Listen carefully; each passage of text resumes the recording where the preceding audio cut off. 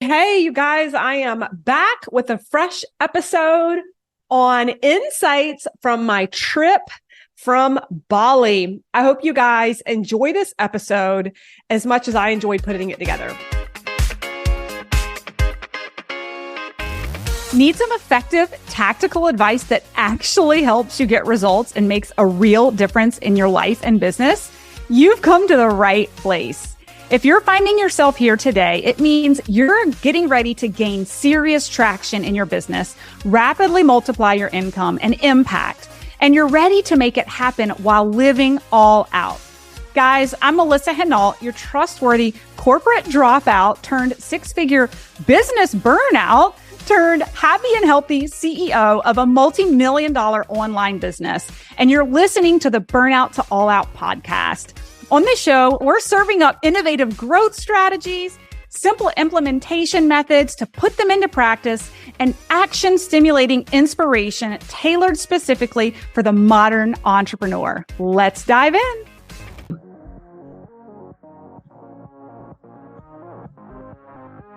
Greetings. I am back from Bali. For those of you who are watching me live, my t-shirt could not be more timely with the word grateful written across it. So excited to be back from my 10-day retreat from Bali. And I'm bringing to you guys a special episode on insights from my trip as I speak to you a little nasally. I travel for 10 days. I go across the globe and catch nothing. I come home to kids with a cold, and now I've got one. So there you go. Pardon the nasaliness, if that's a word. So why, first of all, did I even go to Bali? And we're going to get into this today, but it was really about consciously surrendering and letting go of the reins. And I'll speak more to that in a minute. But what you're going to hear about in this episode today, the key takeaways that I'm going to talk about with my trip to Bali were, one, the concept of conscious surrendering. So we're going to talk about that, why I went on this journey. Number two, we're going to talk about lessons in traversing the unknown. We're also going to talk about the gratitude of the country and what I brought home from experiencing a level I'd never experienced before when it comes to gratitude. We're going to talk about experiences over things. We're going to talk about that. And then also the power of the energy and the energetic vortex and just the key term energy as it relates to Bali. So that's what I'm going to talk about today. So let's just jump right into the conscious surrendering piece, because I got a lot of questions from a lot of people who are like, oh my God, like, what are you doing going all the way across the globe to Bali? I've got these three little kids and these businesses. And well, my first response is, why the hell not? I actually love the life I've created and the schedule I've created, because I don't have to wait till I retire to hop a plane and spend 10 days somewhere experiencing a different culture in a different world. Not necessarily a different world, but it felt like a different world. And so why the hell not, right? But secondly, there actually was intention around it. And counterintuitive as it sounds, the intention was to surrender being in control. The intention was to stop holding the reins, being in charge, right? After an epic run, literally a week after closing down our launch, where we did nearly $1 million in sales in less than 2 weeks, becoming a best-selling author for the second time, all of this happening in the same month, right? It was time to slow down and ask the universe, what does it want from me? I've been so blessed. I have incredible clients who've said yes. What does the universe want more of? It was time to pause and listen about what's to come for 2024, right? What's the next level? What's ascension for me? What does growth look like? And unless you're still and create space to receive, how will you ever get clarity, right? So it was time for me to go there. And really, I'll tell you, and we'll talk a little bit about this later, but I was able to get massive downloads on my direction for the next year, right? And we'll talk about it in a little bit, but I would have never had the space had I not taken this trip to consciously surrender and be that creative and tap into my subconscious and create the space. I was consciously allowing to receive. I want to use this word, calculated receptivity, literally paving a path, creating space blocking out all the noise so that I could receive and be a student, be an open vessel, because I spend the large majority of my days every day being the teacher, being the boss, being the mom, being the leader, being the decision maker, right? Being the visionary. And so it was a time to receive the gift and the bounty I had received from working hard and receive the feminine principle of receptivity, right? So it was a beautiful place to receive, a spiritual place to receive. I will also say I've been on my own spiritual journey the past 2 years, and I have just been on this incredible high of connection to God, to my source, and was really, really enjoying that path and creating even more space and stillness to listen and communicate to my higher source and what the universe wants more of from me so that I can make a larger impact in this world. So hopefully that makes sense. That was my prime reason for going, number one, and number two, because I can. Okay. So what did I learn while I was there? What I learned is, again, I just want to recap on this, that we have to slow down, right? In order to receive and actually slow down and give thanks. I'm going to talk a little bit about this in a minute, just the gratitude piece, but giving thanks. It's very easy. I caught myself and my whole team, like, we're done with launch. So we did almost $1 million in sales in less than 14 days. We became a best-selling author. 22 of our clients did. We jump on a call and literally we're talking about what's next. Literally, we're talking about the next launch. We're talking about the next goals. And it's like, whoa, whoa, whoa, whoa. Let's pump the brakes. Let's receive the bounty that has come our way, and let's consciously pause, right, in this space, and not just pause, but give thanks, give gratitude, right? The shirt, the gratitude, the magnanimity. I can't tell you how many times during that ride of success, right before I went to Bali, that I was literally on my knees bawling with gratitude for what was manifesting in my life, right? And so this leads me to what was going on in Bali when I landed. Okay, gang, we need to take a quick hydration break. So grab your drink of choice. And as you rehydrate, I'll give you the lowdown on my free LinkedIn lead gen masterclass. If you feel like you're screaming into the void when you post content on Facebook or Instagram, struggling to find a sustainable and scalable lead generation process that sticks, and you just want someone who's been there and done that to reveal their secrets, then it's critical that you register to save your spot ASAP. During this live masterclass, you'll get to steal the exact strategy I used to scale my income from $0 to $1 million in just 19 months without spending a fortune on ads or suffering from burnout. Simply check out the show notes of the podcast episode for the link to register for your free spot in the LinkedIn Lead Gen Masterclass. And don't worry, even if you miss a couple of days or you can't make it to all the training sessions, we'll deliver the replays directly into your inbox daily so you can watch them on your own time. All you have to do is make sure you sign up for the masterclass before registration ends. See, they were in the midst of a 12-day celebration, and I didn't know this. I landed on their 12th day of celebration that was focused around gratitude. And this key day that I landed on was called Kinining Day. And it was so timely that I showed up on this day because so many locals were in the streets celebrating with gratitude. The children had the gongs and the bells, and they were dancing and they were singing, and they had these huge animal-like figures that they were all standing under and moving in the streets. And they have this key term that's called Suksmaning in Deep. And the term is all thanks are given for the blessings during human life. For whatever has been achieved and found is important to be grateful. It gives me chills. I did not know when I landed in Bali on this day that this is what was going on. Yet I was on such a personal and spiritual and business high from my own life, and landing in Bali in an immense space of gratitude to literally pause and give freaking thanks. right? It was oozing out of the country. It's called the Island of God. There's more temples per square mile than anywhere on the planet. They ooze gratitude. Every house has a temple they give gratitude and an offering to every morning. When they get in their car, there's an offering to give thanks. Where they go for work has an offering on the front at an altar to give thanks, right? I attended a new moon ceremony that lasted for 3 hours, oozing with gratitude to Mother Earth, to the sky, to all that we have received. Literally just a energetic focus on thank you, thank you, thank you.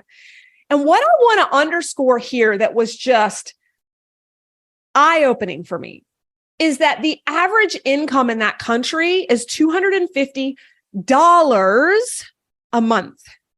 $250 a month. See, the large majority of people who live on that island have never left it because they can't afford to get off the island. But one of the things I noticed is that there was no homelessness in the streets. Here at home, there's a lot of mental illness that contributes to a lot of homelessness, right? Even though we're the most abundant, gluttonous country in the world, there's this disproportionate amount of mental illness and homelessness. Even though in this country, the average person makes $250 a month, I didn't see anyone homeless begging for anything. All I saw was a culture of people with a huge grin and smile on their face, immensely grateful to be alive, immensely grateful for their island, for life, oozing with it. And as a matter of fact, one of the drivers told me, he said, I know the success that you Americans have. It comes at a cost. He said, it may sound crazy, but we're not jealous of your life. We know what comes with all that success. You have to keep up with all the things you buy. And the thing that really rung true to me is he said, you're here on a 10-day vacation because you need a break. He said, Americans have so much mental stress from their careers that they literally need to take vacation to get away from it. He said, us in Bali, we don't need a vacation. We love our lives. We work hard physically. We go to bed, we wake up, and we are so happy and we're ready to work again. We don't need vacation days. And I thought, wow. That was serious perspective, that he knows what monetary things are out there. He knows financially how successful some folks are, but they aren't jealous for it because they know that it comes at a cost. And there's such a happy, healthy culture, which now is so obvious to me because of their immense gratitude from the moment they wake to the moment they go to bed, right? Their mindset. They are literally programming their mind on a daily basis, oozing of gratitude, right? So good. Another thing I learned, the fear of the unknown is not so scary. You guys have heard me talk about this in entrepreneurship, so I'm going to fold in some analogies here, but believe it or not, I was nervous to travel to Bali all by myself. Beyond traveling to Canada and Mexico, I have not traveled internationally by myself ever, other than Canada and Mexico. I was in Europe over a decade ago with my husband, but I've never traipsed 36 hours on planes by myself somewhere to a foreign country where the native language isn't English, right?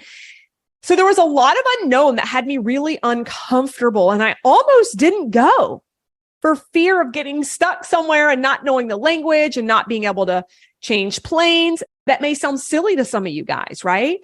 But what I learned as I traversed the world and made it to Bali was that I had that power within myself to get there the whole time. I just needed to trust the process. I needed to trust myself. I needed to have confidence in myself.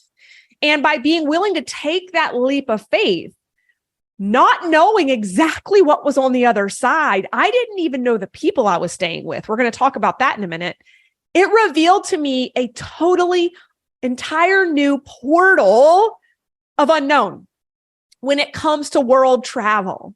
It opened my eyes. Prior to getting on that plane and traveling across the world by myself, I was unconsciously incompetent. I did not know what I didn't know about traveling the globe. And so I feared it. By traveling the globe, I became consciously incompetent, meaning I realized how little I knew about the rest of the world by traveling to this one geographic location across the world. Now I'm consciously realizing I'm incompetent in learning so many cultures, so many religions, so many cuisines, right? All the things. And so I know there's so much more to learn. And it's just like business. If we stay comfortable with what we know in business, we never tap into new portals for quantum expansion, right? I'd never done over $300,000 in sales in a launch before I did almost $1 million in sales in a launch. I hadn't been there before, right? It was uncharted territory. I didn't know unless I got uncomfortable for the expansion of what was ahead. It's the same way with my travel. I didn't know until I tapped into those portals to see, right? And it was like, wow, I want to do this again. I've got so many places I want to go now, right? Another unknown that was really, really interesting for me. I didn't know who I was sharing my house with in Bali. I asked. I am like an Enneagram 8 who likes to be in control. And even though I was consciously surrendering, I still wanted to control who was there because in my mind, I energetically wanted to be matched with successful entrepreneurs who were similar or further along than me because I wanted to learn from them. I always say I like to be the dumbest, brokest person in the room, right? But that's business. And I had to remind myself I wasn't on this trip for business. I was on this trip spiritually and for personal growth. And what I realized is that some of the greatest growth happened for me from some of the most unsuspecting people that were in that room. What happened and transpired in this retreat was that the large majority of people there were about a decade younger than me and a number of steps earlier on than me in their business growth.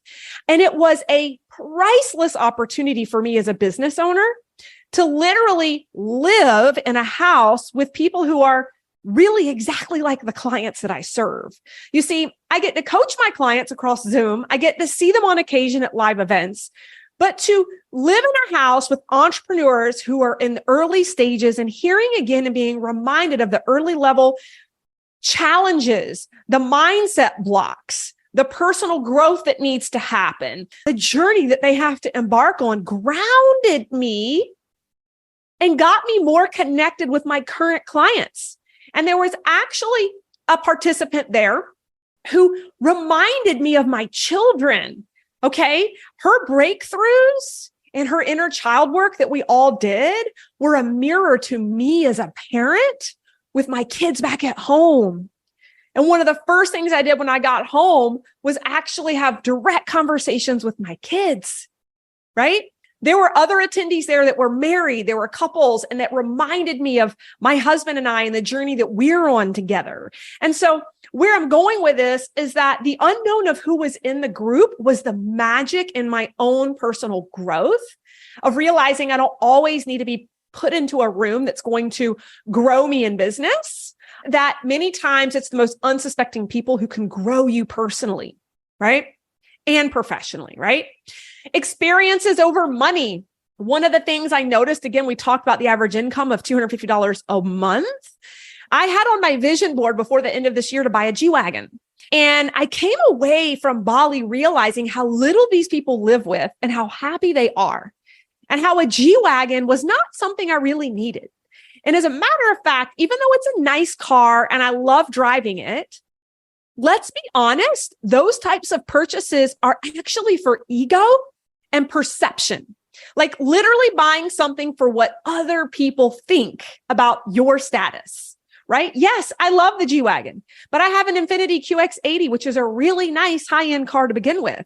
And I started running the numbers and I was like, this first class, because mama went first class, this first class trip to Bali was bar none the best investment because I was so comfortable. I slept all the way there. I slept all the way back. I was so rejuvenated and full of energy when I got there. I started running the numbers and I'm like, a family of 5 we could take 3 to 4 first-class flights across the globe to like South Africa, to Australia, to Thailand, instead of an ego purchase of a G-Wagon, right? And so my mindset really shifted around things.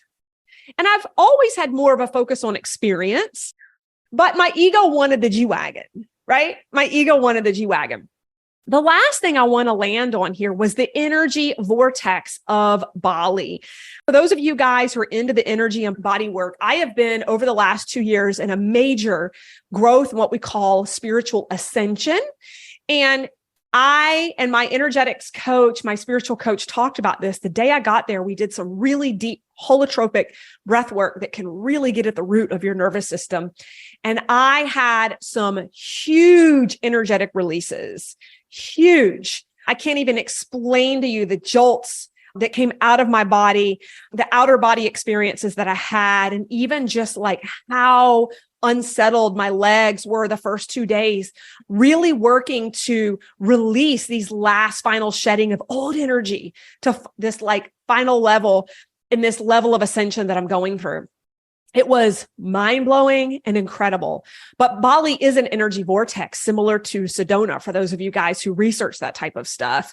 The energy healers there were incredible. Coming from kind of a Western medicine, PharmD training, I found it fascinating, the body workers who practice Chinese medicine and could literally rub their hands on my belly, check my pulse and look at my tongue and tell me when my period was going to start, how healthy my heart was, how my lipids were, right? Like it was mind-blowing how they practice medicine in a completely different way and get the same results, right? And so we did a lot of work, energy work, some really incredible spiritual ceremonies, cacao ceremonies, people from across the globe, their spiritual journey and connectedness. This universal connectedness. It wasn't one single religion. It wasn't just Buddhism or Hinduism or Muslim or Christian. It was really just spirituality and connectedness to all, right?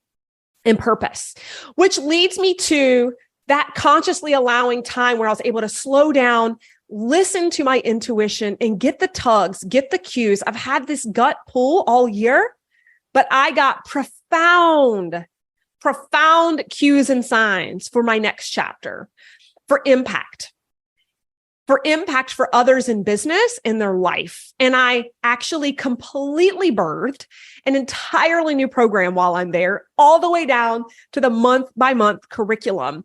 And because I created the space and I cleared the energetic path, I accomplished creating the vision, the output, and a program literally within 2 to 3 days that had I tried to just force myself to figure it out while being at home in the chaos and the push and the leading of my team and the coaching of my clients, it would have taken me months and likely wouldn't have had the exact clarity and connection and tethering to the anchor of the output of it spiritually and impact, right? And I know I'm going super woo for some of you guys, but it was life-changing. And so where I'll land with that is I birthed a new program. It won't be coming out till the new year. I haven't even named it yet, but it's going to hinge around the modern entrepreneur, where bodies build businesses with mind, body, and spirit for expansion in business. And I am bringing in the absolute experts who've helped me ascend over the past 2 years in mind, body, and spirit that has created massive expansion where I've grown my business 400% since last year while getting the healthiest and the happiest I've ever gotten. And those were the major downloads I had while I was in Bali. Is it's not just business strategy. This program is not going to be another guru telling you exactly the business strategy. It's going to be about learning to tap into your own intuition and get connected so that you can make the next steps confidently from your internal North Compass, right? And I'll be hinging on a lot of the scientific background I have around nervous system dysregulation and the modalities to get regulated so that energetically we are on fire, right? Oh my gosh, I could talk about this forever, but speaking of being on fire, this girl has to wrap up because I've got a coaching call in 2 minutes. That is my recap for you from my trip from Bali. If you're curious or inspired about my upcoming program, there will be some information in the show notes about getting on the wait list, or you can email us at teamburnouttooallout.co. You can email us at teamburnouttooallout.co. So hope to see you guys on our next episode, or see you live somewhere. If you're watching this recently, I hope to see you in Nashville in a couple of weeks. Some of the core collaborators for this future program next year are going to be speaking on stage in Nashville. I cannot wait. I hope you guys have a wonderful afternoon. Thanks, guys, so much for listening in on today's podcast episode. And I can't wait for you to see my upcoming guest in the next episode. You are going to love this keynote speaker. Hey, here's the deal. If you liked this, please subscribe and leave a review. And you want the latest online business growth strategies and exclusive LinkedIn pro tips sent straight to your phone? Text the word update to 704-318-2285. That is, text the word update to 704-318-2285. Can't wait to see you guys. Come find me over on Instagram, LinkedIn, Facebook, wherever you like to hang.